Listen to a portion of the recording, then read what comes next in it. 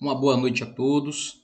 Sejam muito bem-vindos ao canal Sistema de Ensino Monte Carlo. Esse canal feito para você, estudante do ensino público, para te auxiliar nos seus estudos, nas suas pesquisas, na elaboração de seus trabalhos. Aqui, como sempre, o professor Eduardo e vamos para mais uma aula. Hoje é mais uma aula para o nosso módulo de História. É a segunda parte do pioneirismo inglês. Eu havia dito na aula anterior que eu ia dividir esse tópico em duas partes.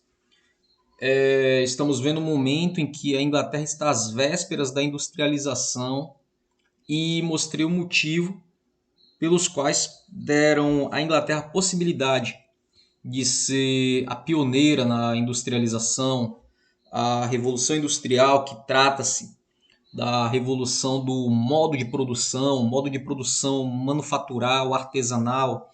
Ele agora vai ser maquinofatural, ele vai ser produzido em série, em sequência, em que o artesão ele vai perder sua autonomia no modo de produção, vai entrar a figura do empresário e tantas outras situações que vão acontecer e vão modificar tanto o modo de produção como a sociedade mundial no seu todo.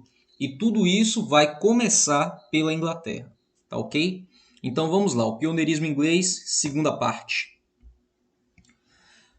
Nos séculos XV e XVI, os europeus partiram para as conquistas ultramarinas. Para mais detalhes, você pode seguir lá na nossa playlist de história para uma revisão sobre esse assunto, as grandes navegações. E os principais resultados dessa expansão foram a conquista dos territórios coloniais e a formação de uma rede de comércio que interagiu diferentes regiões do planeta em um mercado mundial. A Inglaterra não ficou de fora desse processo, pioneiros no processo das grandes navegações, Espanha e Portugal. A Inglaterra ela entrou nesse processo, mas de uma outra forma, e ela se beneficiou principalmente com a logística naval.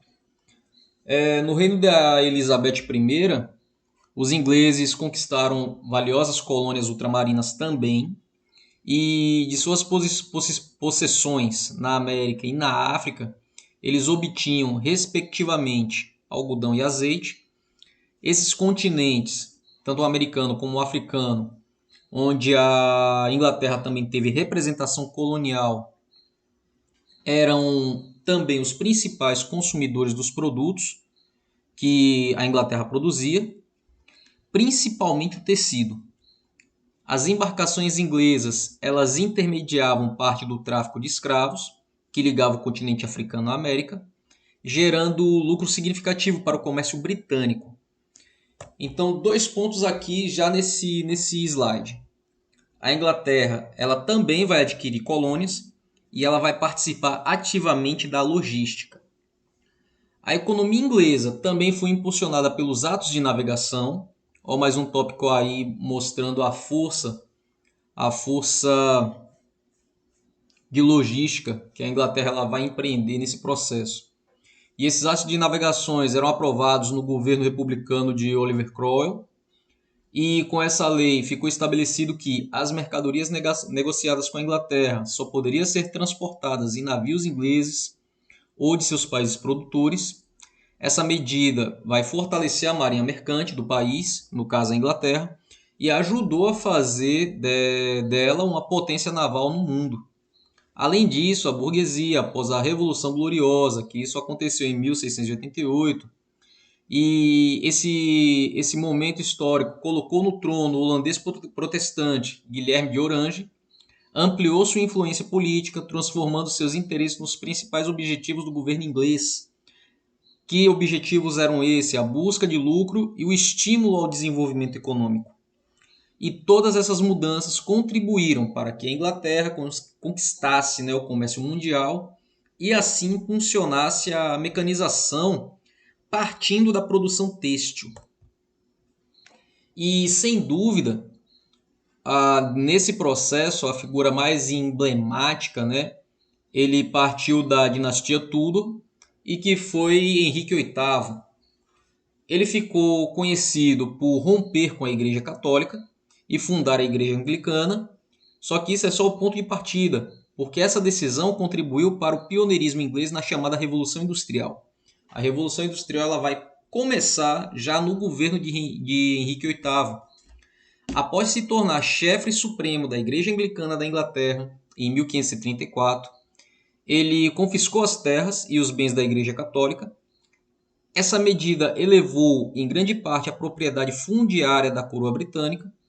As terras confiscadas da Igreja Católica foram doadas ou vendidas, resultando no aumento dos recursos financeiros da Inglaterra e, ao mesmo tempo, da quantidade de terra disponível para a agricultura e para a criação de animais. Os novos proprietários dessas terras eram principalmente membros da nobreza, que pretendiam ampliar a produção, direcionando ao mercado interno e externo. Lembrem-se que os empresários e os principais patrocinadores desse processo vai ser a burguesia, vai ser a nobreza, que vão ser os primeiros empresários nesse processo de industrialização. As terras comunais tiveram bastante relevância nesse processo.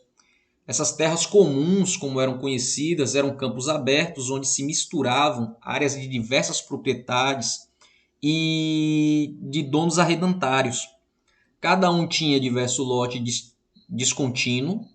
Eram lotes que eles acabavam se juntando e se misturando entre todos ali em questão. E o acesso a essas terras dependia de incontáveis caminhos e era impossível precisar com exatidão os limites entre as posses de um e de outro. Além disso, essas terras eram em geral não cultivadas, de baixa fertilidade e pouco valor. Embora fosse formalmente associada a um determinado senhor, elas eram utilizadas de forma coletiva, principalmente por pessoas mais pobres, que lá pastoreavam animais, pescavam e obtinham lenha. Coloquei aqui ao lado uma imagem do que seria uma dessas terras comunais, com terreno acidentado, com terreno irregular, cheio de rocha, com pouco acesso à água.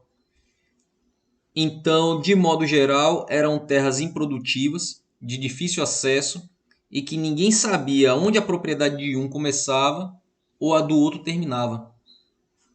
Além dessas grandes propriedades senhoriais e das terras voltadas à produção para o mercado, haviam as terras comuns. E ao longo do século XVI, esses terrenos passaram a ser cercados por iniciativa de particulares que tinham interesse em ordenar a produção ou vender essas propriedades. Diferente das terras comunais, né? Essas aqui elas tinham um poder de produção maior e elas logo foram cercadas. E a partir desse cercamento começou-se assim a ter uma expansão maior na produção, que tanto vai abastecer a população como vai abastecer com matéria-prima as indústrias. E esses proprietários pretendiam ampliar principalmente a criação de ovelha, já que ela empregava pouca mão de obra e a sua lã era a matéria-prima essencial para mover o comércio têxtil, que foi a primeira indústria, por assim dizer, da Inglaterra. A produção de roupa, a produção de tecido, tendo a lã como matéria-prima principal para essas indústrias e a criação de ovelha como fornecedor de matéria-prima. Então tinha todo-se um círculo econômico voltado para esse fim. Propriedades desse tipo espalharam-se por todo o território inglês, principalmente a partir do século XVIII, quando o Estado acelerou a política de cercamento, já que foi algo que deu muito certo. Então, se está dando certo, então vamos continuar com essa prática e ampliá-la.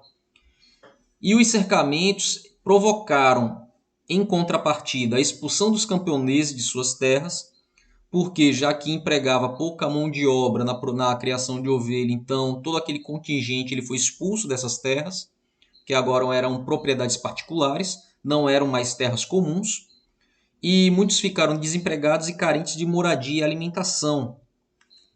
Alguns deles passaram a vagar pelas estradas e pelas florestas, na luta pela sobrevivência, se tornaram ladrões, né, das estradas, e uma outra parte se deslocou para as cidades, o que deu origem a um amplo contingente de mão de obra barata na Inglaterra. A política de cercamento resultou na modernização da agricultura inglesa. A introdução do sistema trienal de cultivo, por exemplo, permitiu disponibilizar mais alimentos para as ovelhas, que fornecia, consequentemente, adubo natural para manter a fertilidade do solo. Outras inovações do período foram a confinação do gado e a aração mais profunda da terra, que permitia, respectivamente, o aumento do peso dos animais e o melhor preparo da terra para o cultivo. As mudanças ocorridas nos campos ingleses também possibilitaram o aumento da produção agrícola, que era necessária para alimentar uma população em constante crescimento, sobretudo nas cidades. Entretanto, muitos camponeses sem condições de competir com a modernidade agrícola migraram para as cidades, originando assim uma força de trabalho numerosa, e esse contingente tão elevado consequentemente se tornava mão de obra barata que seria absorvida pelas indústrias. E eu acredito que o mais relevante de todos, o carvão mineral e o ferro, que já no século XVIII os ingleses usavam carvão vegetal produzido a partir da queima de madeira para extrair o ferro do minério. E esse carvão vegetal ele não tinha tanta potência de combustão, né? Apesar de produzir altas temperaturas, mas não era suficiente para obter ferro de boa qualidade para a confecção dos equipamentos. E em 1780, com o uso do carvão mineral, encontrado na superfície terrestre com o poder de combustão que ele produzia, que era muito superior ao do carvão vegetal, a fabricação do ferro ele triplicou na Inglaterra, garantindo-se dessa forma o combustível que moveria pequenas indústrias e como material necessário para a construção de máquinas, ferramentas, estradas de ferro e toda aquela indumentária, todo aquele maquinário. E aqui umas duas imagens, a de cima onde eu mostro o carvão mineral e a de baixo o minério de ferro, onde observando você tem nítido aqui que o ferro na sua forma natural ele está mesclado, ele está fundido a uma rocha. Então é precisado aquecer isso aqui a altas temperaturas para que se consiga a separação do ferro da parte rochosa. Então, com o carvão vegetal isso não era possível. Com o carvão mineral, esse resultado ele já foi mais efetivo.